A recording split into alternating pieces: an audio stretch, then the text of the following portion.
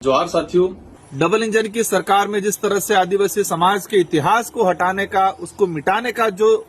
एक कहे कि षड्यंत्र जो रचा जा रहा है, उसमें आप सबकी जानकारी में आया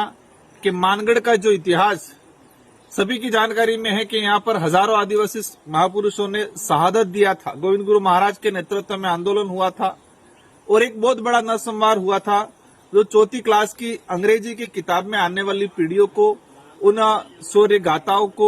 उस समय जो वेट वगैरह, उस समय जो अत्याचार शोषण हो रहा था, उसके बारे में आने वाली पीढ़ियों को पढ़ाने का जो कार्य किया जा रहा था। लेकिन वर्तमान भाजपा सरकार ने इसको हटाने का प्रयास किया गया है। इससे पहले भी रास्तापाल कांड 1947 में जो घटित हुआ था, कालीबाई कलासुआ जिन्होंने शिक्षा के लिए मतलब अपने गुरु की जान बचाने के लिए अपना प्राण न्यौछावर किया था, जो रास्तापाल हत्याकांड नानाभाई सेंगाबाई रोड और कालीबाई कलासुआ, उनका जो इतिहास था उसको हटाने का उन्होंने घिनौना कृत्य किया और इसी क्रम में ये मानगढ़ का इतिहास हटाया गया है। इसके अलावा आर्य के द्वारा जो राजनीतिक विज्ञान का जो पाठ्यक्रम था, उसमें ज्योतिबा फुले, सावित्रीबाई फुले का इतिहास भी हटाना का जो उन्होंने कृत्य किया है। मतलब देखा गया है कि पिछले 8-10 सालों के अंदर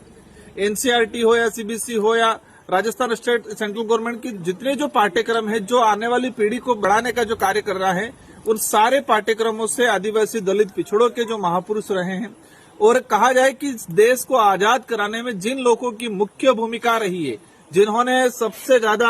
शहादत दी है, इन शहादत महापुरुषों, उन इतिहास को हटाने का प्रयास किया जा रहा है। मैं एक ही चीज कहना चाहूंगा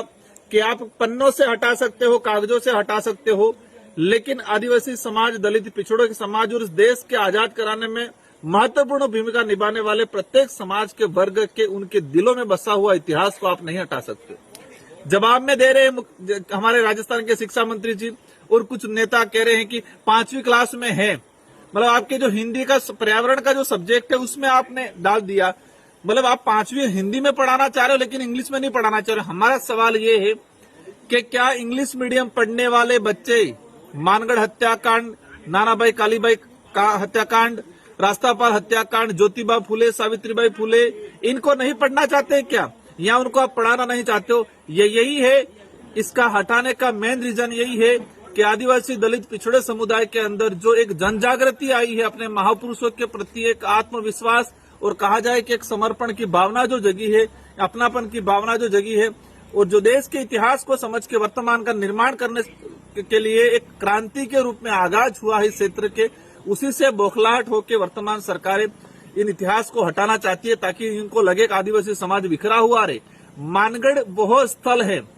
जहां पर हजारों आदिवासियों का खून पसीना बहा है, लूलुहान स्थल है वो, और ये 4 राज्यों के आदिवासियों को जोड़ता है, मध्य प्रदेश, महाराष्ट्र, गुजरात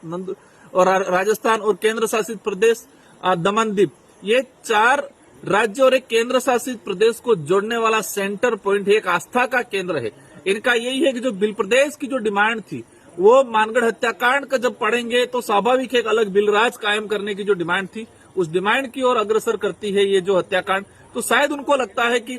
इस एरिया को बिखेरने के लिए, आदिवासी समुदाय को बिखेरने के लिए, वोट बैंक बनाने के लिए, और आदिवासी समुदाय में क्रांति नहीं आए, एक जागृति नहीं आए, उस उद्देश्य से शायद उनको हटाने का प्रयास किया जा रहा है। लेकिन मैं पुनः कहना चाहूंगा, आप किताबों से, पन्नों से हटा सकते हो, लेकिन आदिवासी समाज, दलित पिछड़ों समाज और इस क्षेत्र में रहने वाला, मानवता में विश्वास करने वाला और जो शहीदों का सम्मान करने वाला जो समाज है, उनके दिलों से आप नहीं मिटा सकते हो। इन्हीं शब्दों के साथ धन्यवाद, आभार, जोहार। जो घटनाक्रम हुआ है, हटाने का जो कृत्य किया, उसकी हम कड़ी निंदा करते हैं। पूरा समाज, पूरा क्षेत्र की जनता इसका कड़ी निंदा करते हैं।